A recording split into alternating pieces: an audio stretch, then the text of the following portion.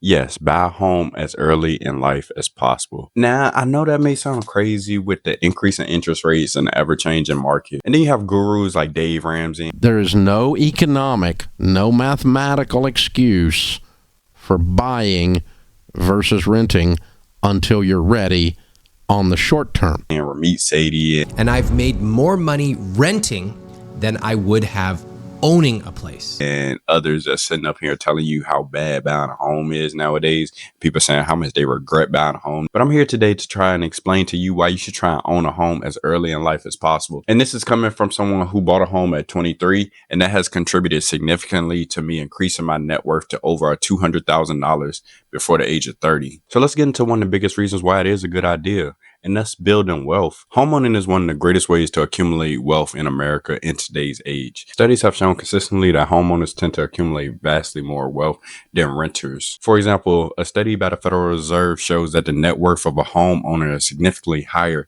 than that of a renter in the same area. And that gap will continue to widen over time as you hold onto your property and property values increase over time, as they always do. And then as you think about it, homeownership serves as somewhat of a forced savings account, whereas a portion of everything you're putting into your mortgage, whether you have a $1,200 mortgage, $1,500 mortgage, or whatnot, a portion of that will be equity that you will keep for yourself. Therefore, it doesn't equate equally to renting. For example, if you have a $1,200 mortgage or you can rent out for $1,200, you're really actually still pocketing about $300 of that mortgage that you're putting into your home, because a lot of that is going to the equity of your home that you'll keep for yourself. And the amount of equity that goes into your house from your mortgage continues to increase by every payment that you make, because the interest that you're paying on the home will continue to go down while the equity that you're paying into it will continue to go up.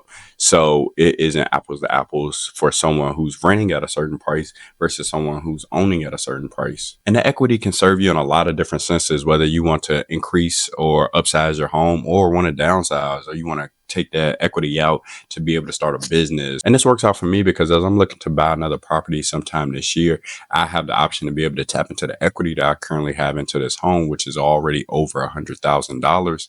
And I could use that and leverage it to be able to get another property with that equity. And home ownership can be more lucrative depending on exactly what you want to do with it. You can choose to rent out the house if you don't want to live in it, or you can do a method called house hacking, where you can basically move into the house and then rent out the additional space to other people. And this works well if you have, say, a duplex or a triplex where you could rent out the other side. But that also works if you have a single family home as well. For me, when I first graduated from college, what I did was I asked the people who I was currently renting with, I said, hey, I'm buying a property. Why don't you just move in with me? And that was able to cover about 90% of my mortgage. And I was paying maybe $100 or $200 on my mortgage because I had two people who moved in with me that I was already affiliated with and I knew well. And if I was renting, I would be staying with them anyway. And it was somewhat of a win-win situation because I paid little on my mortgage, and I was able to give them a very friendly deal on renting and not charge them that much. So it kind of worked out for everybody. And I know the market fluctuates all the time, and it's impossible to know exactly what's going to happen in the housing market in the future. But historically, real estate has always shown to be a solid long-term investment. So beyond just building wealth, home ownership offers a lot of financial stability as well. So just like I said, with home ownership, you're building equity in your property. With renting, it's basically all just going towards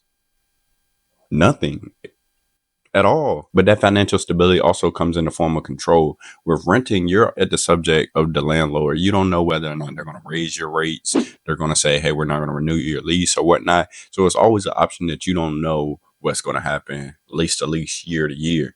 Where mortgage, you know, of course, I mean, your property values may go up, insurance may go up, but it's to the point where it's fairly fixed and it's not going to be something that's going to drastically change. And then you can look up in 5 to 10 years if you're staying in that home and look at what you're paying on your mortgage versus what you're renting, and rental rates could have went up dramatically, and you could be still paying the same moderate amount on your mortgage. So in 2018, I was paying about $1,400 in mortgage when I first bought my home, and rental rates around the area was about the same for the equivalent type of property. But then fast forward to 2024, where I've had an opportunity to refinance my home, which brought my mortgage down to $1,200, as well as the increase in rental rates after the pandemic. There's close to $1,000 gap in what it would cost me to rent an equivalent property versus what I'm paying on mortgage now. And that created financial stability as I was able to increase my income and put more money away and put my money towards paying down other things instead of continuously paying for higher and higher rents if I was to rent. And financial stability also comes in the form of taxes. There are a bunch of tax deductions and credits that are only offered to homeowners. You can get tax deductions for how much interest you pay on your mortgage, for property taxes, for points you put down when you buy your home, and for certain home improvements you put on your home. And you also don't even have to pay taxes on capital gains for when you sell your home if you are going to immediately buy another home within a certain period of time. So all these things create a lot of stability and surety that won't be offered to you if you weren't a homeowner and you were a renter instead. And then the last argument I will offer is the lifestyle benefit. You have to think, for example, when you're renting, you're kind of limited on what you could even do in your own home. When you're renting, you can't do certain things that will violate your lease, or you can't do certain major upgrades that you want to do to your home. You can't make it truly feel like yours. But with homeownership, you can. You want a home office, you can do a major home improvement to create yourself a home office. You can do a major landscaping job. You can do an add-on to your house that isn't allotted if you are renting. So it creates that level of freedom where people may speak on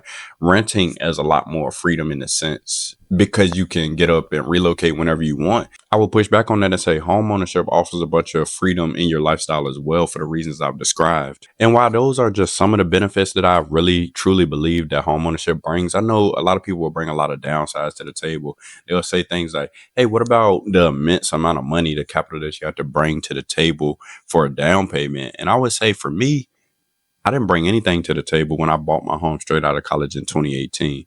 There's a lot of down payment assistance programs that I took advantage of, and I was able to secure a FHA loan and even have the 3.5% that is required with a FHA loan covered with a second mortgage on my home. And while every situation is different, and that may not be advised for a lot of people if they can't cover the mortgage that will come with that, it is an option for people who want to just get into it. So down payment isn't just a showstopper for most people. People also gonna say, hey, yo, it's a lot of maintenance and you're gonna have to put a lot of money into your home when you buy it. And that could be the case. But in a lot of cases, if you take and do your due diligence with a nice home inspection, and you look at everything in the home and make sure it's exactly to your preference, then one, you could either plan for the things you want to change or improve or repair, or you can go and opt for something that isn't as labor intensive and cost intensive when you buy it. For example, I bought this home as a new construction. I knew that it would be a little bit pricier to buy new construction versus something someone has lived in before, but I choose to pursue that route so I wouldn't get blindsided essentially by all these hidden costs from maintenance repairs. And it has benefited me to a certain extent, but I have, even in my home ownership journey, faced some unexpected repairs, but it hasn't anything that has deterred me away from loving the aspect of home ownership. Another one, people say, hey, but the market goes up and down. It's at a high right now. I want to buy it when property is cheap. Well, I mean, people said that in 2020, in 2018, in 2016. And guess what? Prices are significantly higher now than it was then. So the longer you wait, the worse it's just going to get. So stop waiting and start getting. A good one people say, though, is high interest rates. People say, yo, interest rates are too high nowadays. I want to wait for it to come down so that I can be able to buy a property. But guess what? Guess what's going to happen when interest rates come down? Prices are going to go up. That's how these things work. And I think you should put less value on interest rates, because I was paying a $1,400 mortgage when I bought my house originally. And then when interest rates came down, and they will come down at some point to a more reasonable point, you can always refinance. And that's exactly what I did. And I'm paying $200 less on my mortgage because of that. But if I would have waited until the time that I wanted to refinance to actually buy a home, then home prices would have been so high that it would have offset any potential gain I would have had. And I would have still been paying $1,400, if not even more, $1,600 for my property. So that would have been a terrible idea. And some people will say, hey, while you're young, why would you take on such an immense debt, an immense burden onto yourself while you're just so young in your early 20s? And I would say that's exactly why you should do it, because you're in your early 20s. A lot of people talk about why you should buckle down, grind, all this stuff in your 20s. That'll be exactly what you're doing with your home ownership. This will be kind of the hardest time to own a home, is when you're first owning the home. But by your late 20s, your early 30s, your early 40s, it's going to be a cakewalk. It's gonna be a breeze. Like you're gonna be paying significantly less than if you are renting still. But you put in that work in your early 20s to be able to be allotted this. So that's why you should do it as early as possible. Despite people saying, hey, don't take on such an immense burden. And I know it's still gonna be a lot of counter arguments. And I understand that homeownership just isn't people's thing, having that freedom to move all over. I mean, which I can argue that's offered with homeownership. But it's perfectly fine if you don't want to be a homeowner. That's completely fine. But I'm just trying to bring to the table how good it is to be a homeowner. That shouldn't be slept on by people like Dave Ramsey and Ramit Sethi that I see. People who say owning a home is such a terrible idea. You better rent. Let's be honest. Renting is a waste of money. Every dollar that you're renting is going down the drain. Literally. But ultimately, owning a home is a personal choice. So I'm curious what y'all think. Do y'all agree with the masses that it's a terrible idea to be a homeowner?